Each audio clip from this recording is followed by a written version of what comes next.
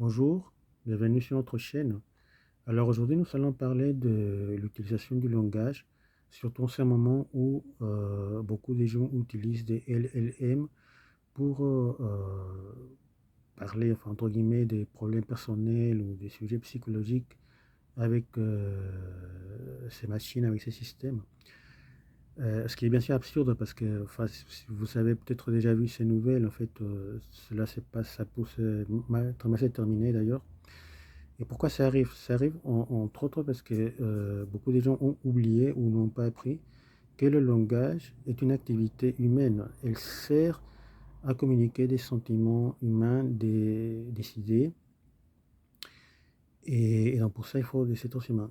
Alors, en fait, ce principe a été déjà étudié, déjà depuis plus de 2000 ans dans la tradition philosophique, par exemple chez Aristote.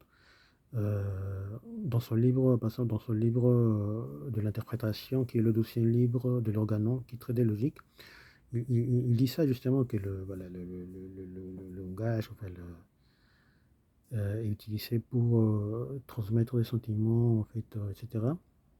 Et ça a été développé après par beaucoup de philosophes, et jusqu'à maintenant, et de la tradition thomiste, bien sûr, encore aujourd'hui, au XXIe siècle. En fait, ces machines sur lesquelles donc on utilise les LLM, on les appelle enfin, intelligentes en fait. Mais c'est pas la vraie intelligence, parce que pour qu'il y ait une vraie intelligence, il faut une âme humaine. Et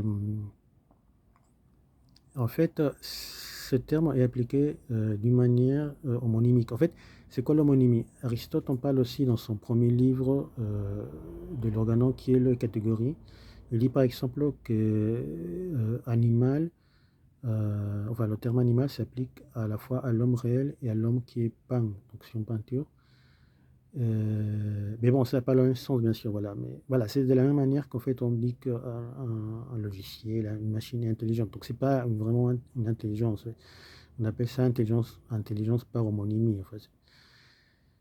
Et donc tout ça montre l'importance de la philosophie, et plus particulièrement de la logique, de la philosophie du langage et tout ça. Et donc voilà, continuez à nous suivre en fait. Je vous mets en bas le lien vers notre page sur les cours de philo et intelligence artificielle. Donc abonnez-vous aussi, et merci et à une prochaine. Au revoir.